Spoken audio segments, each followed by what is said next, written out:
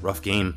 Well, I'm sure we all know who Crash Bandicoot is, the mascot of the PS1 era whose game is pretty much playable anywhere at this point. Back when I looked back and played Crash 4, that video can be found here, I said I would get to Crash 1 before the end of the year. Well, I'm here to deliver. Hello everyone and welcome back. My name's Argonaut, and in this video we're going to be talking about Crash 1 from the Sane Trilogy. I never actually owned Crash 1, and I don't emulate my games, and finding a used copy of Crash 1 would have cost a little bit more than I would have liked.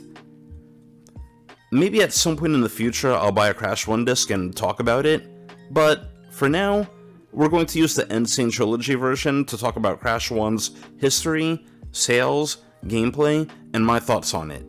But before all that, if you like this video and want to see more like it, feel free to click that subscribe button to keep up with the channel. I'd really appreciate it. And with that little bit of shameless promotion out of the way, on with the video.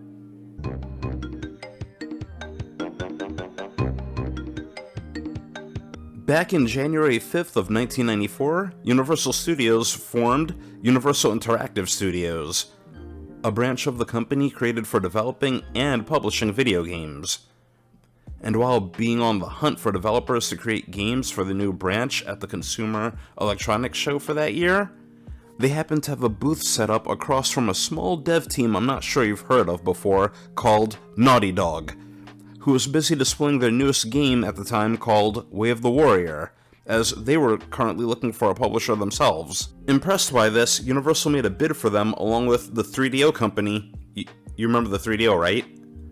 And Crystal Dynamics, with Universal ultimately winning due to promising to fund an additional 3 games for them, as well as give them full creative freedom over them. And the rest was history. For their new game, Naughty Dog wanted to make a game with a 3D perspective where the player is constantly looking at the character's backside as they go, and when trying to decide what system to develop the game for, they decided that all the systems at the time, the 3DO, Atari Jaguar, Sega 32X, and Sega Saturn, had poor sales and wouldn't be able to properly handle it. And with the Nintendo 64 just being a rumor at the time, the team decided to go with the Sony PlayStation, noting that Sony didn't yet have any mascot characters like Sega's Sonic or Nintendo's Mario. After signing a development agreement with Sony and being given $1.5 million as a development budget, Crash Bandicoot became the 30th game to be developed for the PlayStation. For the design of Crash, Naughty Dog wanted to use an obscure mammal similar to Sonic the Hedgehog, with them eventually settling on a bandicoot. But everything wasn't as smooth as it seemed. Although Naughty Dog were the ones developing the game, not all was good between them and Universal. Universal tried to force them to make Crash's name to Wuzzles the Wombat, which they gave up when Naughty Dog said they would quit if they didn't let them keep the Crash Bandicoot name. They also tried to downplay Naughty Dog's involvement and make it seem like they were mainly the ones responsible for creating Crash, even telling Naughty Dog that they were banned from going to E3 in 1996, RIP E3, so they could leak box art of the game that didn't feature Naughty Dog's name on it, which was in definite violation of their agreement. In response to this, Jason Rubin, the co-founder of Naughty Dog, handed out flyers in front of Crash's E3 booth saying in big bold letters, "Naughty Dog, creators and developers of Crash Bandicoot." By the way, when Sony first saw Crash Bandicoot about 2 or 3 months before the E3 show that year, Super Mario 64 was unveiled around that time, and wanting a mascot character for themselves to compete against it, Sony actually booted Twisted Metal from their booth in lieu of Crash Bandicoot. And after 18 months in development, Crash Bandicoot was released in America on September 9th of 1996, and in Europe on November 8th of that same year, with it also being released in Japan on December 9th of that year, with some mild changes, like making Crash look a little bit less aggressive, the gameplay being a little bit easier with slower and bigger platforms, as well as making it so at the end of every level, no matter how many boxes you missed, Crash only gets hit with one, because Japanese children found him getting hit with boxes disturbing.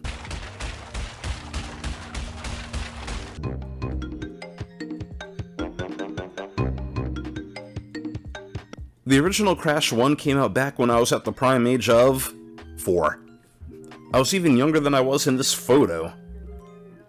The first time I ever played a Crash game was when I was about 7, playing my half-brother's copy of Crash Bandicoot 2 at his mother's house, which he'd actually later on give me as a birthday gift, and was actually my first PlayStation game in general. I actually wouldn't go on to play Crash Bandicoot 1 until the Sane Trilogy more than 20 years later. The story for this game is pretty simple. There's an evil scientist called Cortex who's basically mutating animals with a device called the Evolvo Ray to create an army to conquer the world, and he would then brainwash them with a secondary device called the Cortex Vortex. After he puts a Bandicoot through the Evolvo Ray, which creates Crash, he decides that Crash will become the general of his army. Unfortunately though, the Cortex Vortex rejects him, and Crash ends up escaping through a window of the castle. After Crash gets away, Cortex deems him a failure and decides to make his girlfriend Tawna the next test subject, leaving Crash to work his way back to the castle while fighting the other test subjects to rescue his girlfriend and thwart Cortex's plans.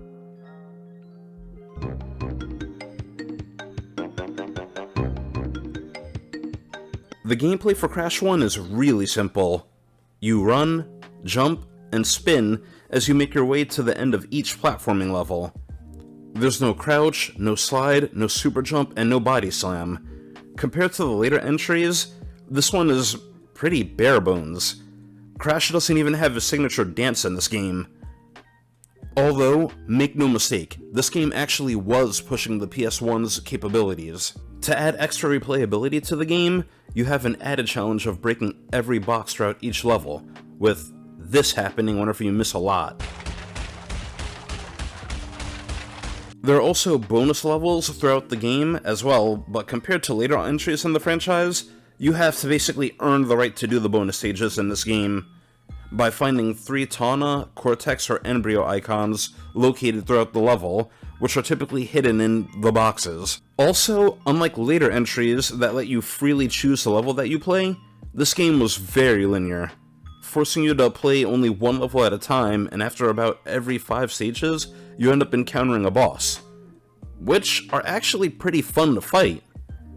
Although, I found the last fight against Cortex to be really lackluster, especially since when you fight Embryo in the boss fight before him, he has this transformation towards the end, changing up the fight halfway through. With Cortex, you just dodge his attacks and wait for him to shoot certain bullets at you so you can spin them back at him. But ultimately, a lot of these guys were never really reused again in the later trilogy games, not counting Ripperoo. Although with Pinstripe Pootaroo... What's a Pootaroo? Although with Pinstripe Pootaroo and Tawna, I can see why they were never reused again with the whole family-friendly image Naughty Dog was going for after this game. Did you know that Tawna was actually based on Pamela Anderson? And fun fact, Tiny the Tiger and the Komodo brothers were actually supposed to be in this game, with Tiny getting replaced by Koala Kong, and the Komodo brothers just straight up getting cut from the game. They would eventually see their day in the sun in Crash 2.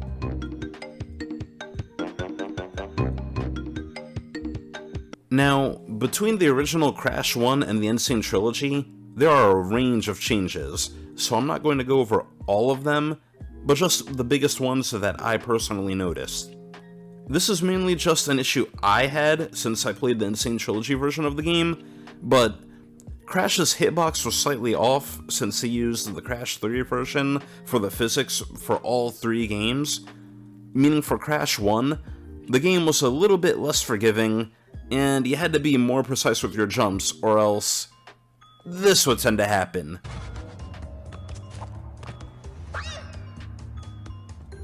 You can see here that I jumped and basically slipped off of the platform.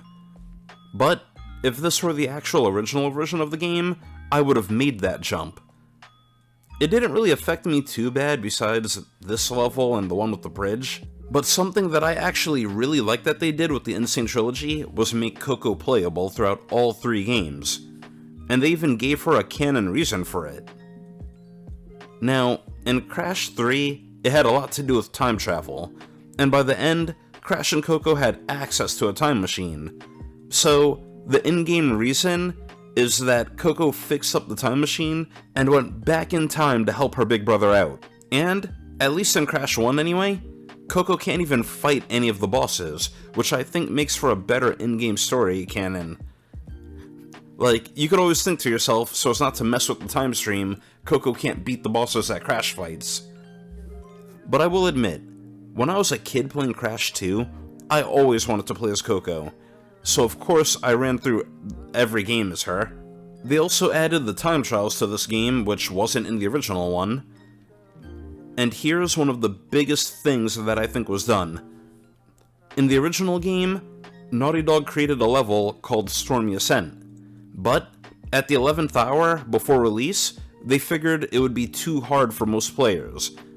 They didn't have the time to remove the level from the game, because they were afraid if they removed that level from the game it might break something somewhere else, and they had to get the final product to Sony for publishing. So what they did was they basically sealed it off in the disc, making it inaccessible for players, and then handed over the final product to Sony to be published. Meaning that every copy of Crash 1, by default, has the level Stormy Ascent in it, but sealed off. And the only way to play it at the time was to get an action replay to hack the game's files. That is, until the Sane Trilogy, where Vicarious Visions, the people that produced it, made it available to everyone to play in some free DLC. And personally, I think Naughty Dog was right. That level was way too hard.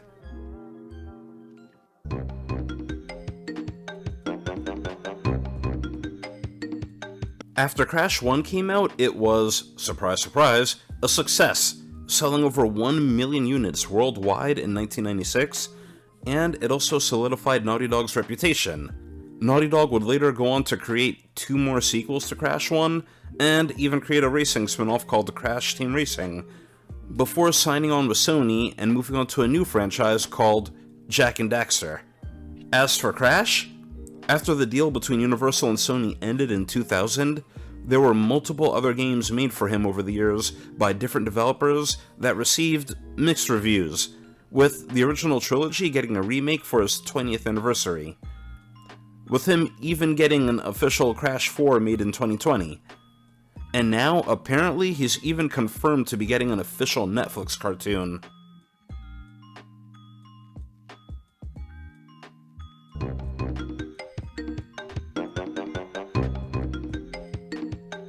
Now, I never played the original Crash Bandicoot when I was a kid, or at all, but replaying the remake after playing Crash 4 has shown me that I'm a little bit spoiled with the yellow circle under the character's feet. It really helped me out more than I imagined with platforming. And speaking of spoiled, I'm completely spoiled when it comes to the live system. I can't remember the last time I've ever played a game where you had lives. Despite how bare bones this game may seem nowadays, and compared to its sequels, I like how there's still a lot of replayability behind it. This game is still actually a lot of fun, and I'd sooner come back to this game than I would Crash 4. I kinda wish there was a mode where you can get rid of the lives and switch to checkpoints, but we can't be too spoiled now. I also didn't mind the hitbox issue too much. It really only truly affected me for about maybe 3 levels of the game, and that's more the remake's fault, not the original game's. In conclusion, I think this game leaves a huge legacy in the world of gaming, and even after over 20 years, people today still know who Crash Bandicoot is. And after all this time, Crash 1 is still a lot of fun to play. And I can't wait to get my hands on Crash 2 and start talking about it. And those are my thoughts on Crash 1. I actually had so much fun making this video, and there's just so much interesting history about this game that I couldn't fully dive into without this video blowing up to over 40 minutes. Now, normally I also would have talked about the graphics and music of the game, but I skipped over that this time around since I was playing the remake, not the original. If I ever decide to make a video using the original PS1 version of Crash, I'll be sure to include everything I had to cut out for this one. But, did you agree with me? Did you disagree? What are your favorite memories with Crash 1? Let me know in the comment section down below. I would love to hear from you. And, until then, I'll see you all next time for Crash Bandicoot 2. Thanks so much for watching.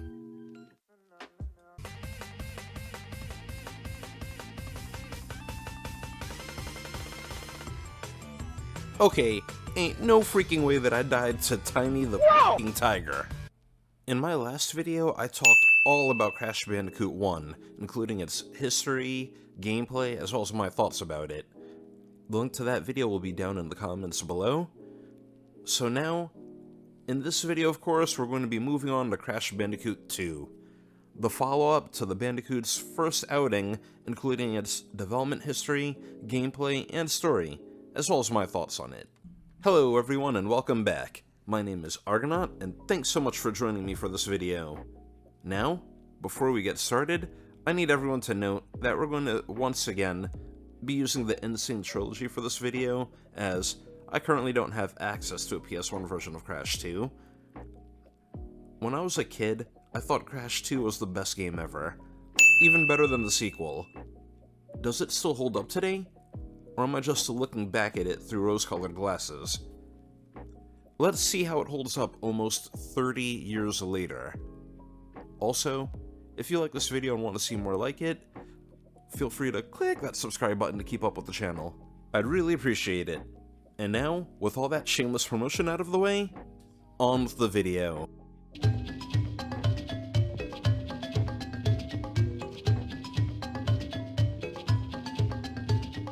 As previously stated in the Crash Bandicoot 1 video, when Universal made the deal with Naughty Dog to develop games for them, they had also agreed to fund Naughty Dog's next 3 games.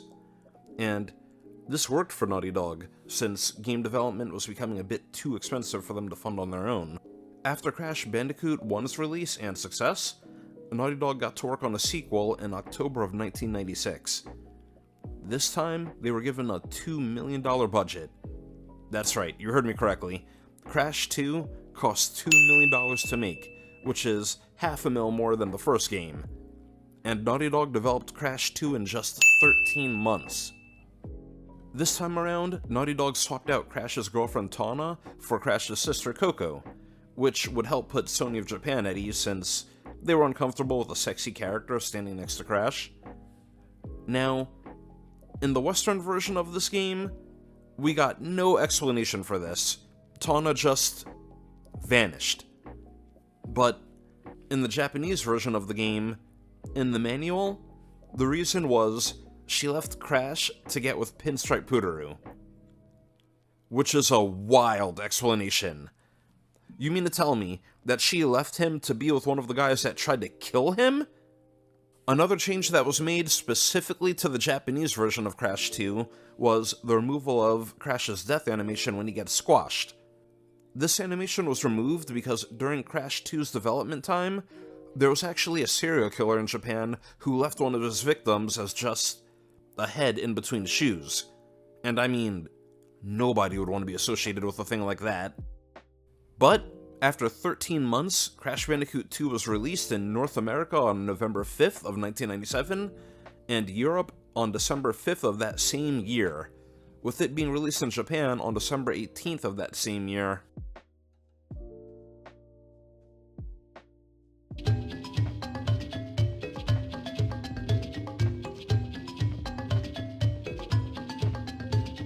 Now, I may have said it a few times, the original Crash 2 was my very first PlayStation game, which he'd actually later on give me as a birthday gift, and was actually my first PlayStation game in general. But Crash Bandicoot 2 was not only my first Crash game, but it was my first PlayStation game in general, and the game that helped turn me into a PlayStation fanboy. When this game was released in 1997, I was 6, and all I had at that time was my mother's hand-me-down NES with a copy of Super Mario and Mega Man 2.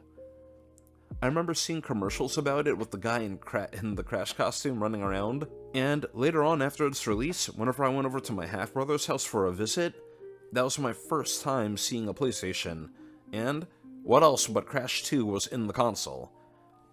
After a lot of begging, my brother would occasionally let me play for a few minutes each visit, with no memory card. So, it was almost like one of those old demo discs that PlayStation Underground would send you in the mail back in the day. You remember those? I'd basically get 30 minutes with it every other week if I was lucky. That is until Christmas of that year when my parents got me my own PlayStation, and my brother actually gave me his copy of Crash Bandicoot 2. I played the ever-loving life out of that game. Up until my brother took it back from me a few years later and sold it to GameStop, which is why I don't have a copy now. But back then, I thought Crash 2 was the best game ever.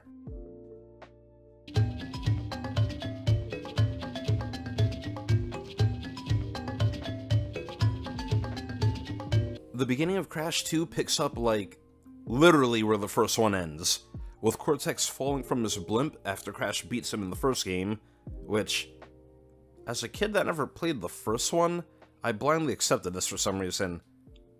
But after he lands, he ends up finding a crystal, then begins laughing to himself, saying, "Of course!"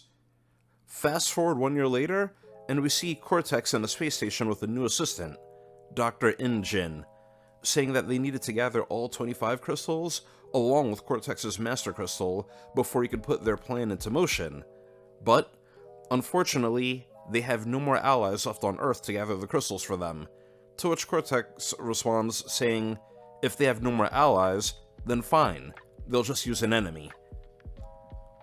We then jump to Crash, who's sleeping on an island next to his sister, who's on her laptop. After her laptop's battery fizzles out, she sends Crash to get her a new battery. While on the way to what I'm guessing is their house, Crash gets teleported by Cortex to a warp room area, and Cortex tells him that he's changed his ways and that he needs Crash to collect 25 crystals for him from each level so Cortex can save the world. As Crash collects a few crystals and eventually collects a gem, Cortex's old assistant, Dr. Brio, ends up contacting Crash, telling him not to trust Cortex and to collect all the gems instead so he can shoot a laser at Cortex's space station and bring it down. And that if he keeps collecting crystals, he'll have to send all his forces to stop Crash. Which he does, with Tiny the Tiger, the Komodo brothers, and Ripperoo, who I'm just now realizing were technically the good guys in this game, since they were trying to stop Crash from helping Cortex take over the world. Huh. When I was a kid, I didn't really pay any attention to the story and just assumed that all the bosses were working for Cortex, and that Embryo was just a good scientist where Cortex was an evil one.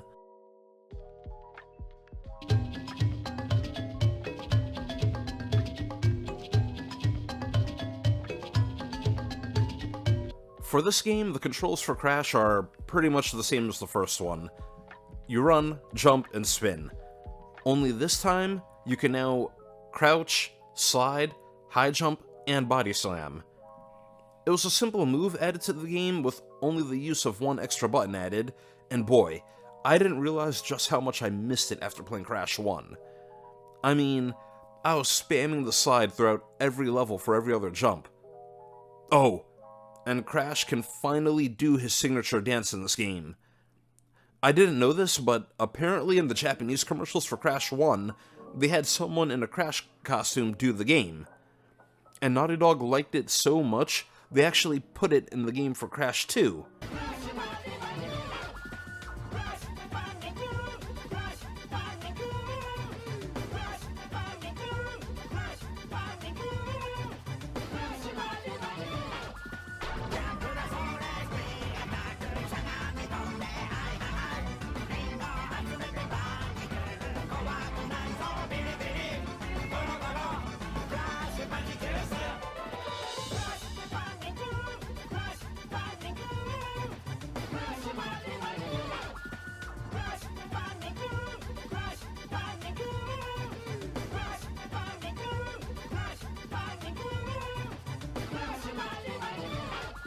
Although, for the Sane Trilogy, they swapped out the pelvic thrust that he used to do for the Running Man.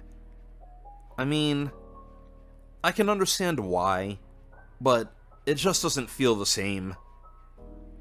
Although, not like it really matters to me. I mainly played Coco throughout the game, and her version of it is just adorable. Also new to Crash 2, you end up in a warp room with the ability to freely choose one out of any 5 available levels, in whichever order you want. Unlike the first game, which was really linear and forced you to play one level at a time. After you beat all 5 levels, which can only be achieved by finding the purple crystals that are hidden somewhere within it, you can fight the boss and then move on to the next 5 levels. Fun fact, Cortex will actually yell at you if you play through a level without getting a crystal, and then you'll have to replay it all over again. Along with the crystals, there are also gems you can collect for Embryo, usually by collecting all the boxes in a level, or sometimes there may be a hidden route you can take for a gem. If you're able to collect all the hidden gems, then you unlock the secret ending, which I'll talk about a bit later. Also in Crash 2, you no longer have to earn the right to do a bonus stage like in the first game, where you had to collect 3 tokens for it. Now, if you see a question mark icon anywhere, you can just enter the bonus stage. Although, personally, I think I did like the idea of having to earn the special stage a bit better than just being able to hop into it. Okay, and now for the bosses of this game. In the first game, I felt like the bosses were the worst part of the game. They all felt too easy and didn't really test your platforming skills, aside from Ripperoo. For about 4 out of the 6 bosses, it felt like standing around or shifting over slightly to the side as you wait for an opportunity to attack. It makes me happy to say that this time around, Naughty Dog made a huge improvement to them. Returning from the first game is Ripperoo, who was, to me anyway, the best boss in the first game. As a boss in this game, he's alright. You dodge the TNT and Nitro he creates as he jumps around, and you wait for him to stun himself with the Nitro, giving you the opportunity to attack, and eventually he goes down. Although I will say, I really miss his old laugh from the original Crash 2.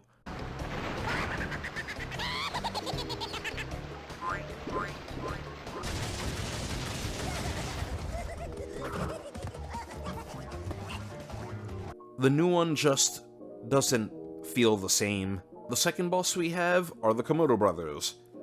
One of the brothers spins the other one like a top and he bounces around the field.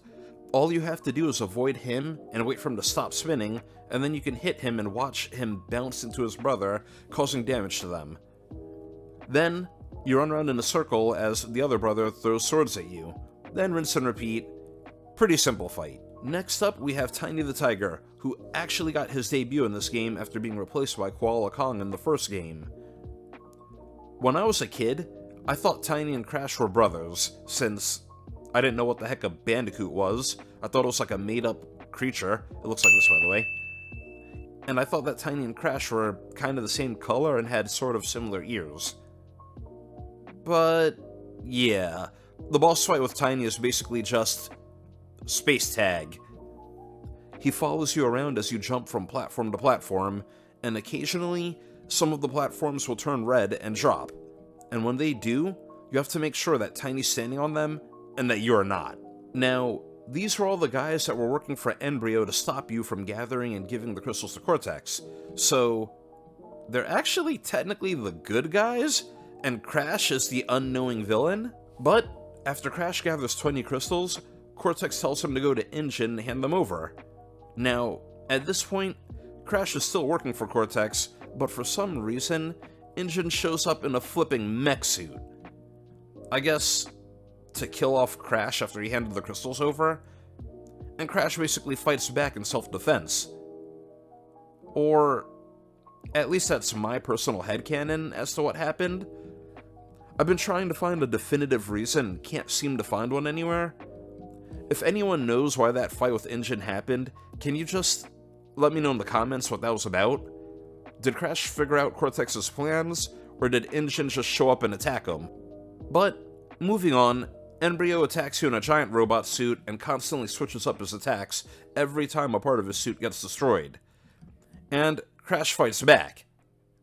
With fruit. Like, Seriously. Engine will keep exposing his weak points at you, and Crash fights back by gumming them up with Wumpa Fruit. This was my favorite fight in the game when I was a kid, and honestly, I don't love this fight as much as I used to, since it's kind of a lot of you standing around spamming the Wumpa Fruit button hoping to hit him at his weak point. But I will say, even as an adult, it's still my favorite boss fight, and if Crash didn't get it by this fight that Cortex wasn't on his side, Coco, who's been trying to communicate with you all game, is finally able to get a transmission in after he collects all 25 crystals, spilling the beans on Cortex and his plan to use the crystals to power his new and improved Cortex Vortex to conquer the world. Now, before I move on to talk about the Cortex boss fight, I need to talk about a new mechanic that they introduced in this game: the jetpack. In the last set of levels, a couple of them introduce a jetpack mechanic. Use R1 to move forward and R2 to move backwards. Now, I don't know about most people, but I had a hard time getting used to these controls. Typically, you use the D-pad or analog stick to move wherever you want to go, and with basic muscle memory, it transfers over to every other game no problem. To now all of a sudden have to always stop and think to myself, how do I move forward again? Made me awkwardly drag myself through these stages at a snail's pace. And, looking at the layout of the space levels, the devs had to have known that most players might have this issue. These levels are all pretty straightforward with a couple of obstacles and corners with no tricky segments around. When I was a kid, I couldn't get enough of these jetpack levels, but as an adult, I would say get me the hell out of that thing with a huge groan every time I see another jetpack level. But I bring up the jetpack because, guess what we fight Cortex in? The fight against Cortex, I think, was probably one of the worst boss fights of this game. You basically chase him through a path lined up with some obstacles, rocks and mines and whatnot to slow you down, and you just have to hit him 3 times before he can get away and reach the space station. Honestly, it feels like a supersonic boss fight where you're just running around chasing after the main enemy with a time limit. After you beat him, Crash goes back home and hangs out with Coco as she wonders whatever happened to Cortex, and the player sees his space station still up there, along with hearing him laugh. You know, basically the game telling the player to go out and collect all the gems. Now, in the secret ending that you unlock after collecting all the gems, Embryo lets Crash use his laser, which shoots down Cortex's space station. Although, I do wish we could see Cortex flying from the debris while screaming, kinda like in the first game, when we see him falling from the blimp while screaming. That would have been hilarious. And, on another note, in the original Crash 2, he would used to do this victory dance after beating a boss. But now, in the Sane Trilogy remake, he just does this. I really wish that they let him keep his victory dance after beating bosses, but maybe it would have looked too silly or something? I don't know.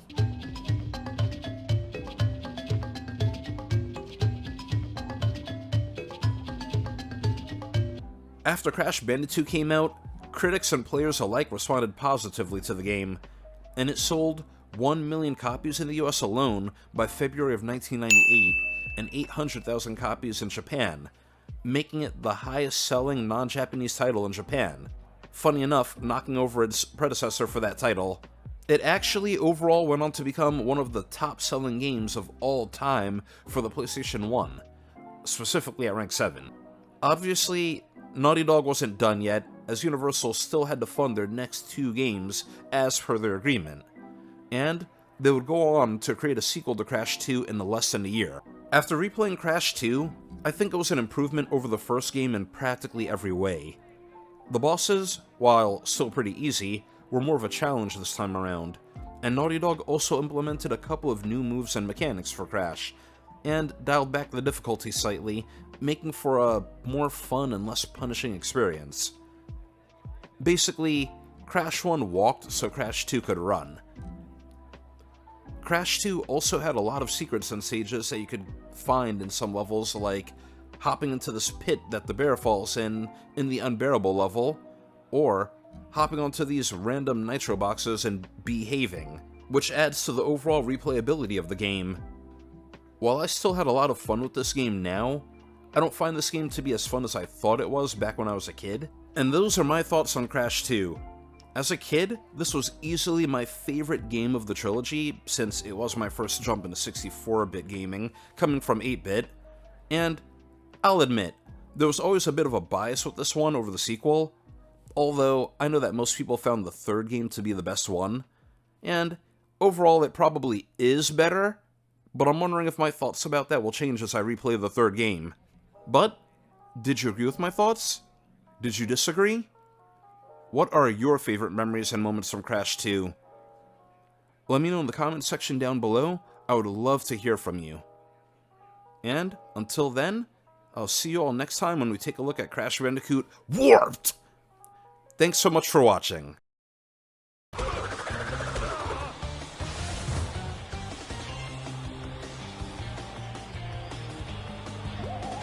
Huh. Now how come my guy doesn't save me like that? Hello everybody and welcome back. My name's Argonaut, and if you didn't know already, I've recently been going down memory lane through the original Crash trilogy. I've already done reviews of Crash 1 and Crash 2. The link to those will be in the description box down below. And now, we're finally finishing off our adventures with the Marsupial with Crash Bandicoot 3, or rather, Crash Bandicoot 4! Quick note before we get started, I will be using the Sane Trilogy version of this game, and not the original, as that's all I have access to right now. But now, sit back and relax as we take a look back at Crash 3's development history, gameplay, as well as my thoughts on it, and the story. And, if you like this video and want to see more like it, feel free to click that subscribe button. I'd really appreciate it, and with all that shameless promotion out of the way, on with the video! After the release of Crash Bandicoot 2 in 1996, Universal still had a deal with Naughty Dog to fund their next two games. So after Crash 2's release, Naughty Dog got to work creating the next adventure for Crash. They were given a time limit of 10.5 months, and a budget of a little over $2 million to get the next game done. That's right, you heard correctly. Crash 3 cost over $2 million to make. For Crash 3, Naughty Dog added 3 extra game engines to the game, which were used for the airplane, jet ski, and motorcycle levels, as well as adding Coco as a somewhat playable character for certain levels, even giving her a boss fight of her own, which is the first and only time it happened throughout the whole trilogy. But after starting development in January of 1998, Crash 3 was released in US on November 3rd of that same year, and Europe on December 11th, with it releasing in Japan on December 18th of 1998. Nowadays, can you imagine a big first-party game being made in that time frame? When this game released in 1998, I was 7 at that time, and I had my PlayStation for almost a year. With Crash 2 being my first game, and also logging a ton of hours on it, I of course begged my parents to get me Crash 3 for Christmas that year, which they delivered, although that year for Christmas, I couldn't wait and actually unwrapped Crash 3 a day or two early, and played through the first 5 levels, before rewrapping it and putting it back under the tree. It was the perfect plan, except I was a kid and didn't know how to wrap presents for crap. Hell, I still don't know how to wrap presents for crap, even now, almost 30 years later. Of course my parents caught me, and on Christmas Day that year, I started the morning off by getting a beating. Ha. Good times, good times. My half-brother would later on go to take and sell my copy of Crash 3 to GameStop. We obviously didn't have the best relationship back then, but when I was a kid, I honestly liked Crash 3. I couldn't stand some of the new playstyles involved, but I more or less liked the game, although not as much as Crash 2.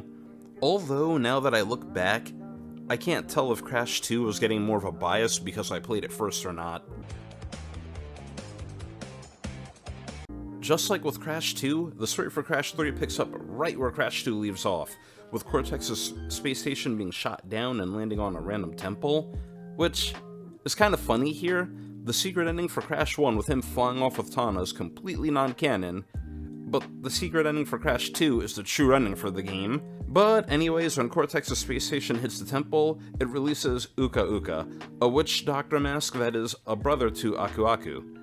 It turns out Cortex was apparently working for him the whole time and was supposed to follow his orders to take over the world.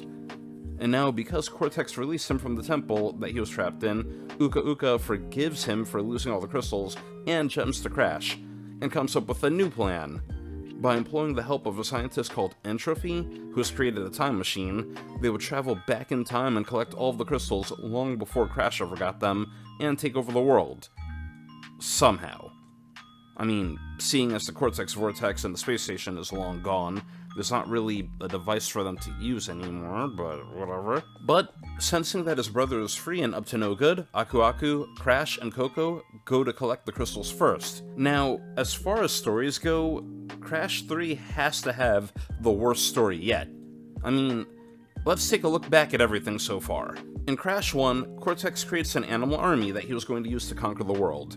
After getting foiled by Crash, he created a giant Cortex Vortex in the space station in Crash 2, that I'm guessing would put the people of the world under mind control or something. They're not really ever too clear about that. But now, all of a sudden, in Crash 3, it turns out he was working for someone else the whole time? I mean, is Uka Uka the one that told him to create the animal army to begin with? Does that mean that he's indirectly responsible for Crash's creation? On top of all of that, how the hell does Uka Uka conveniently know a guy with a time machine? And on top of all of that, how are Crash and Coco able to stroll up and use the same time machine that the villains are using? Shouldn't the villains just jump him and Coco in the present outside of the machine? But maybe I'm just overthinking it though, because let's be real, I don't think anyone expects a 5-star story from a frickin' Crash Bandicoot game. The gameplay for Crash 3 is the same as Crash 2. You run, jump, spin, and slide throughout levels to make it to the end. And, similar to Crash 2, you're able to choose from any 1 out of 5 stages to travel to collect a crystal, and make it to the end. After you beat 5 levels, you fight a boss at the end of a stage, so you can then move on to the next 5 stages. But, unlike the first game, you get power-ups in this game whenever you beat a boss this time around. You get the enhanced body slam that creates a bigger shockwave around you, which, personally, I didn't even know what it did until I blew myself up near a box of TNT. The double jump, which would be a good ability, except you have to time when you hit the jump button again when you're at the top of your jump. Once you learn the timing for it, I'm sure this isn't a problem, but I don't even know why I have to go through that. I'd sooner just use the slide jump, which is more consistent and reliable. You also get the Death Tornado ability, which increases the length of your spin and even lets you glide for a bit. I don't really have anything bad to say about this ability, or really anything at all. I didn't use it too often, and I was always afraid in the few cases that I had to use it, since I wasn't too great with the timing of it, and at times when you have to use it, it'll put you near TNT or Nitro boxes. And you also get the Fruit Bazooka, which is exactly as it sounds. A bazooka that launches fruit, which can be used to kill enemies and break boxes from a distance. This, to me, was the most useful ability of the bunch.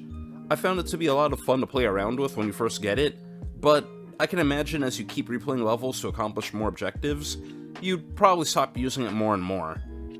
And the last ability that you get are the running shoes, which lets your character speed up during levels. Now, this is important, because after you beat the game, you unlock something called time trials, which Naughty Dog put into the game to add replayability and add some more life to it. When playing through a level and starting a time trial, you need to get through the level as fast as possible. The faster you complete the level, the higher tier time relic you earn, and for every 5 time relics you earn, you also unlock secret stages and a hidden warp room. Moving on, in Crash 3, along with the platforming that you're used to, they also added a couple of new playstyles. When you play as Coco, you get to fly in some airplane levels. You basically just have to fly around and shoot down some blimps or airships on the level, and not get shot down yourself by enemy fighter planes.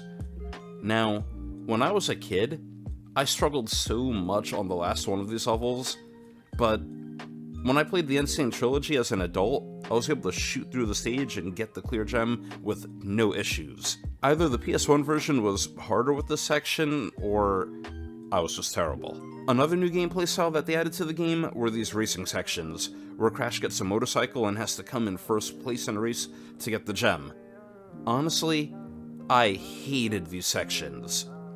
As someone that doesn't like racing games to begin with, you can imagine the amount of fun I had while trying to do this. Coco also gets stages where she has to go through a level on a jet ski. I don't really think too much of these stages. I didn't love them, but at the same time, I didn't hate them. And lastly, there were a couple of underwater stages, which I truly hated. I mean, first off, who likes underwater stages in a platforming game? They heavily slow down your pace, and at least in the Sane Trilogy version for Crash 3, the controls were awful. It felt like it took Crash about a second and a half to start responding to what you're doing. Not to mention, if you want him to stay still, it feels like it takes a couple of seconds for him to stop. Especially in sections when you're stuck between two obstacles and need to wait for a window to make him pass through. I wasn't the biggest fan of all the vehicles, but since this was Naughty Dog's last time doing a full game with Crash like this, I can see why they did it. Might as well go all out and throw in as much as you can. Crash 3 also has the most varied stages out of the trilogy. With the Time Machine, Naughty Dog was really able to throw Crash into different settings, besides some type of jungle, from medieval times to futuristic cities, to even prehistoric jungles. Not to mention, I like that it takes Crash out of that grey depressing warp room he spent the second game in. The boss fights in this game were also easily the best boss fights in the trilogy. I can't even think of one bad one among the bunch. But instead of going into too much detail, I'm just gonna make a video about my least favorite bosses and how I felt about them, similar to the ones I made about Crash 1 and Crash 2 already. Although, there's something that confuses me here. Tiny the Tiger, who's returning from the last game, is the first boss you face. But what's weird here is in the last game, he was working for Embryo to stop Crash from getting crystals to give to Cortex. So now, all of a sudden, he's working for Cortex to take the crystals from Crash? I mean, it's really kinda weird considering that Crash 2 takes place right before Crash 3. Let me know in the comments section down below, what was that all about? And one last thing before I move on. In Crash 3, you're also able to get a secret ending by getting all the clear gems and colored crystals. In the regular ending for the game, after you beat Cortex, you see him, Uka Uka, and Entropy get sucked into a wormhole and vanish. Now, in the secret ending of the game, instead of keeping their fate ambiguous, you can see that Uka Uka and Entropy got sent back to the past and are currently babies fighting over who gets Uka Uka. Huh. I wonder then, why did we need to collect the clear gems just to see that? In Crash 2, collecting the clear gems was so you could use their power to fire a laser to bring down a space station. Here, it's just for no reason. But, hey, again, that's me looking way too hard at the plot of a frickin' Crash Bandicoot game. After Crash 3 was released, just like the games before it, it went on to be a success, selling 2.9 million copies by February of 1999, and selling over 5.7 million copies, making it the 13th best-selling PS1 game of all time. With only one more game to be made in their deal with Universal, Naughty Dog would go on to create Crash Team Racing and be immediately bought by Sony after their deal with Universal expired, forcing Naughty Dog to part ways with their popular mascot, as Universal owned the rights to Crash. But, under Sony's umbrella, they would go on to create a new IP, called Jak and Daxter. To this day, more than 20 years later, Sony still owns Naughty Dog, and I honestly don't think Naughty Dog has cranked out a bad game yet. As for Crash, he'd go on to have multiple studios take the wheel and develop games for him, with mixed reviews, before going into hibernation in 2008, only to come back to the scene 9 years later with the Sane Trilogy, which is the original trilogy remade from the ground up. This proved to be so successful that they made the fourth game for him called Crash 4, It's About Time, which was actually the first game that I looked at in this whole Crash retrospective. And now, it's also been confirmed that Crash will have a Netflix cartoon. And who knows, if that's popular enough, maybe we'll get a Crash 5 at some point. Honestly, while I think Crash 3 has the best platforming stages of the trilogy, and adds so much more to the game with the power-ups and time trials, and improved upon Crash 2 in practically every way, I still feel like if I had to choose, I would still sooner go back to Crash 2 to play casually, with its more simplistic stages, and just so I don't have to deal with the annoying vehicle stages and underwater stages of Crash 3. But that's just me, and those are my thoughts on Crash 3, Naughty Dog's real last hurrah before they moved on. Well, do you agree with me? Do you disagree? What's your favorite Crash game in the franchise? Let me know your thoughts in the comment section down below. I would love to hear from you. And with that being said, I'll see you all next time. Thanks so much for watching.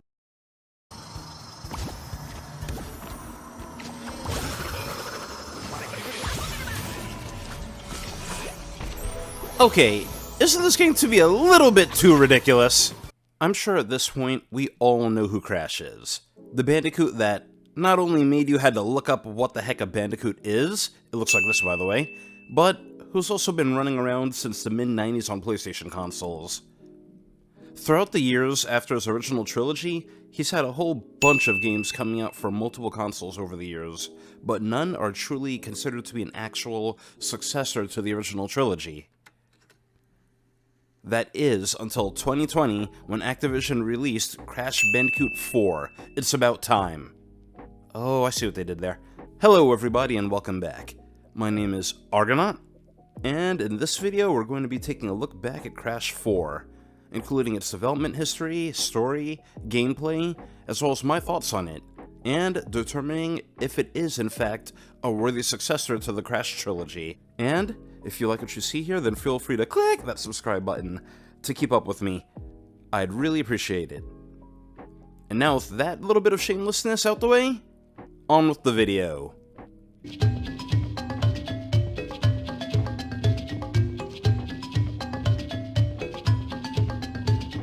Back in 2017, Activision had released the Crash Bandicoot Sane Trilogy, which was developed by Vicarious Visions, and it went on to become a big success, showing Activision that there was still demand for a Crash game, and put them in a position where they were open to releasing another one. Now, I can't find exact sales for the Insane Trilogy, but from what I can find, in February of 2019, it had sold a total of 10 million units, and by June of 2024, it had sold a total of 20 million units, making it the most successful Crash game to date. Also, if you happen to be thinking to yourself, at what point did Activision get the rights to Crash? I'll answer that for you right now. Originally, the rights to the original Crash trilogy in the 90s were owned by Universal Interactive, although they were in an exclusivity contract with PlayStation, and PlayStation marketed the game as a PlayStation exclusive, leading a lot of people to think that Sony were actually the ones that owned the rights. Universal then got the full rights in 2000, but were then bought out and merged with Vivendi Games, which, in 2008, they themselves were merged with Activision. But that's enough for that little business lesson. At some point, Activision's subsidiary, Toys for Bob, who developed the Spyro Reignited trilogy, approached them about making an all-original Crash game, and ultimately, Activision gave them the green light. For some reason, despite them bringing back all the renewed interest in Crash, Activision sent Vicarious Visions to work on Destiny 2, and later on Call of Duty instead. For the development of the game, using the Insane games as a point of reference, Toys for Bob actually developed everything for Crash 4 from scratch, instead of reusing assets and tweaked some of the characters like Coco, and her holding a tablet instead of a laptop in this game. And on October 2nd of 2020, Crash 4 was released for PlayStation 4 and Xbox One, with the PS5 and Xbox Series X version releasing on March 12th of 2021, which had faster loading times and also ran at 4K and 60 frames.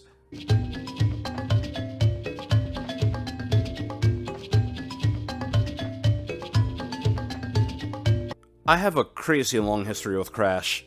The original Crash 2 was my very first PlayStation game way back in September 1999, when I was 8. It was my brother's hand-me-down, and it's safe to say, it was the game that made me fall in love with gaming and PlayStation to begin with, as I happily poured hours of my life into it. Before that, I only had my mother's hand-me-down NES to use. Yes, I'm old, I know, okay? When the Sane Trilogy came out, of course it hit me with nostalgia and I just had to buy it. Then, when Crash 4 was announced, I was skeptical at first since Naughty Dog wasn't behind it, but definitely interested. Although seeing the load times of the PS4 version had completely discouraged me from getting it. But seeing the gameplay still had me interested. And I mean, like, seriously, it had like 1 minute long load times. That's like something that you would see in PS2 era. I ended up waiting until the PS5 version came out, and then, on November 21st, I bought it for myself at full price. Although, fun fact, on July of 2022, it was made available for free to all PlayStation Plus owners.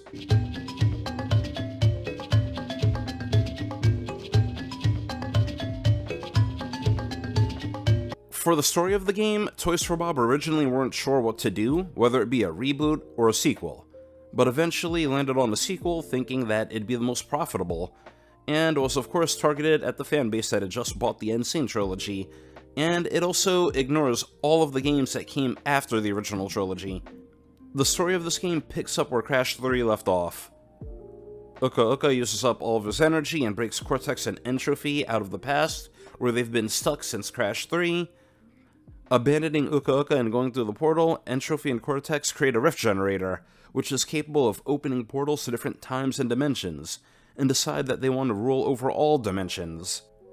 Aku Aku, sensing this, urges Crash to go to the top of Insanity Island's central peak, and once there, Crash meets a quantum mask named Lonnie Lolly. Quantum masks have the ability to control time and space. Lonnie senses that there's a disturbance in the multiverse, and urges Crash and Coco to go out and find the 3 other quantum masks, so they can fix all the rifts in time and space. And with that, Crash and Coco set off on an adventure through time and space to gather the other quantum masks and put a stop to Entropy and Cortex's plans.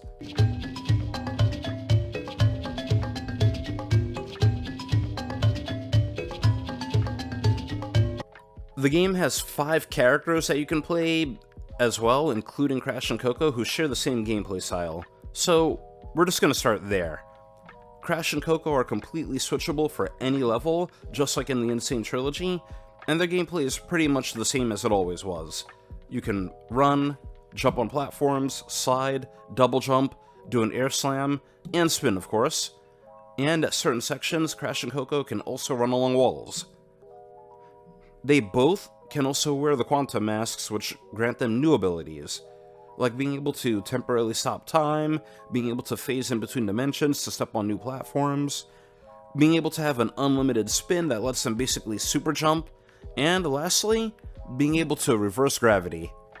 Oh, and do you remember Tawna? Crash's girlfriend from the first game that mysteriously vanished and got replaced by Coco in the second one? No? Well, guess what?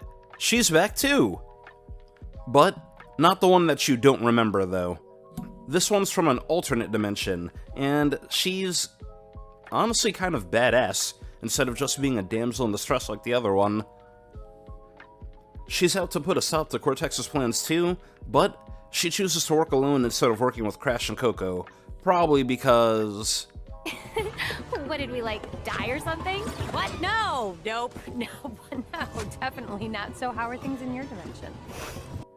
Typically, her levels will be attached to one of Crash's, and you'll play as her for the first half until you see her do something, which ends up helping out Crash off screen. Then, the game will switch you right back to Crash to finish out the level. Her gameplay includes a grappling hook, which she can use to travel across some areas, stun enemies, and break boxes that are far away. She can also jump vertically from wall to wall in a way that Crash and Coco can't do. She's not the biggest jump away from Crash and Coco's gameplay. She's basically just them without the spin and with a grappling hook. And another playable character is actually Cortex himself, who ends up joining forces with Crash after he, surprise surprise, loses to Crash about halfway through the game, and ends up getting betrayed by Entropy, who actually ends up teaming up with a female version of himself from an alternate timeline, and also comes up with a new plan to go back in time and reset the universe so that him and his female counterpart can rule over all timelines as gods. It also turns out that the female Entropy is from Tawna's timeline and actually killed Crash and Coco from that timeline. For Cortex's gameplay, he doesn't really have a double jump like our other characters, but instead he has a ray gun, which has the ability to turn enemies themselves into platforms. He can either turn them into solid platforms or gelatinous platforms that let him jump higher. He can also dash forward in the air after a jump. And unlike with Tawna, he'll have a couple of actual levels to himself, although, just like Tawna, he does still share some of his levels with Crash and Coco, where they'll take over halfway after he accomplishes a task. Personally, I wasn't the biggest fan of Cortex, but you don't have to play too many levels with him since, spoiler alert, he ends up betraying Crash and Coco later on, so you kinda get over it. And the last playable character that we have here is Dingodile. You remember Dingodile, right? That one villain that's been around since, like, Crash 3? Well, apparently in this game, he's retired from being a villain, and is trying to open up a diner. And he just kind of ends up stumbling through a dimensional portal, and his main goal is simply to just get back home to his diner. From what I've read from an interview with the creators, they said that they wanted Dingodile to be here as a chaotic neutral force that's neither good like Crash and Coco, or evil like Cortex. For his gameplay, he has a vacuum cannon that he can use to hover and travel above pits. He can also pull crates and items from far away, including TNT barrels, which he can shoot back at enemies. Now, that's it for all the playable characters and who they are, and now let's get to talking about the actual gameplay here.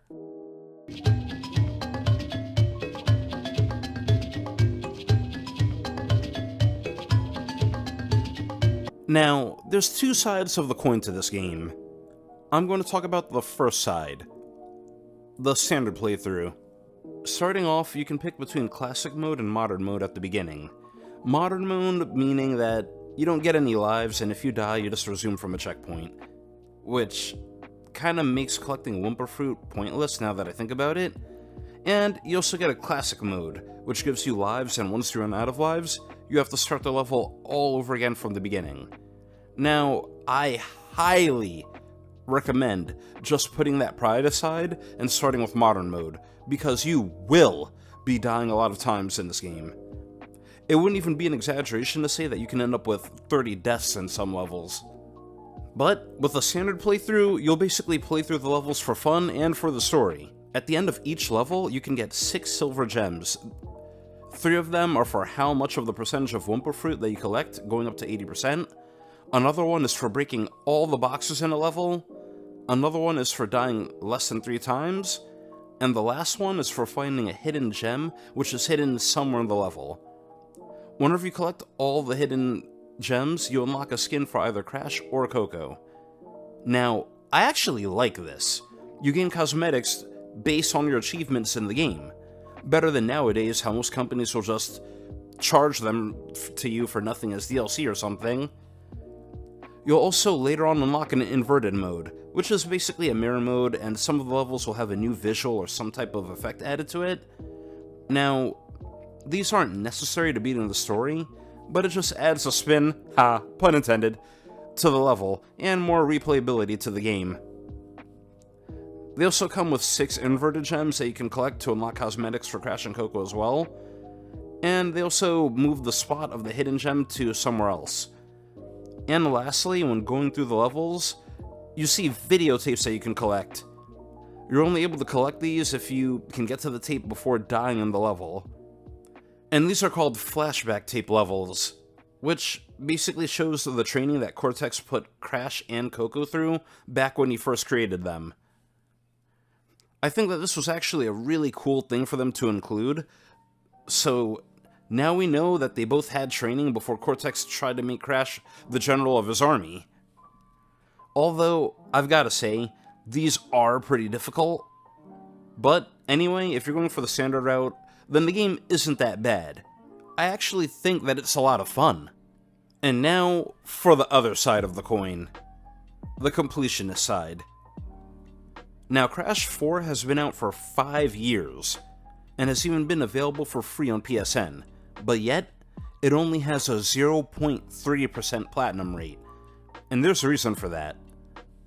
I've already explained most of the things people might see and choose to do during the standard route, but some of the levels get ridiculously hard as you go further into the game, and this causes some problems. First off, the flashback tapes get placed further and further into the level as you go, making them more and more difficult to get, meaning you'll have to replay the whole level just to get back to it. Not to mention that you can earn platinum flashback relics for beating the flashbacks within a certain time limit, and near the middle, these become crazy hard. There's also something else that you can collect in levels called a perfect run relic. In order to get this, it's as it sounds. You need to perfectly get through a level while breaking all the boxes and not dying once. And on that note, I can move on to the next thing. The boxes. Now, this game goes a bit over the top when it comes to these boxes. First off, I don't think I've ever seen a Crash game with this many boxes per level before. Now in the old Crash games, you'd have maybe about 100 boxes or less in a level, but not this one. In this one, you'll probably have about 300 boxes to collect easily. Minimum. And if that isn't bad enough, they've even gone out of their way to hide them. And by that, I mean some of the boxes will actually be hidden off-screen in a corner where the camera can't go. I mean, who did they do this for? Who? Why hide boxes from the player in an off-screen corner? It's already bad enough they have to collect 300 plus, while some of the levels become crazy difficult to not die in, but then to hide them in off-screen corners? Lastly, another thing to collect are time trial relics, where you just have to go through the levels as fast as possible within a certain time limit without dying. After you beat the game, you do unlock a triple spin move, which gives you a boost of speed to help you get through some of the time trials a bit faster. So, to go over it one last time, just imagine this. If you want to complete everything in a level, you need to play through it once for fun with the story, and let's say you earn 4 out of the 6 silver gems, for getting all the Wumpa Fruit and finding the hidden gem. You would then need to replay the same level to search for all the boxes and make it through without dying 3 times. So, now that you got the 6 gems, and let's say you even got the flashback tape too, you would need to go back and replay the same level again for the Insane Perfect relic. And now that that's out of the way, you would need to, guess what? Replay the same level to get the time trial relic. And with even all that work out of the way, now you can finally, yep, you guessed it, replay the same level, but now in inverted mode, to get the inverted gems. So if you were to do everything perfectly on your first try, that is a minimum of 6 times that you would have to replay one level. And now you see my main issue with the game. You would have to eat, sleep, and breathe Bandicoot if you ever want to truly platinum everything in this game. And that's keeping in mind that their target demographic are probably mainly millennials who grew up with the character, who are probably at this point in their 30s and 40s, buying this game out of pure nostalgia.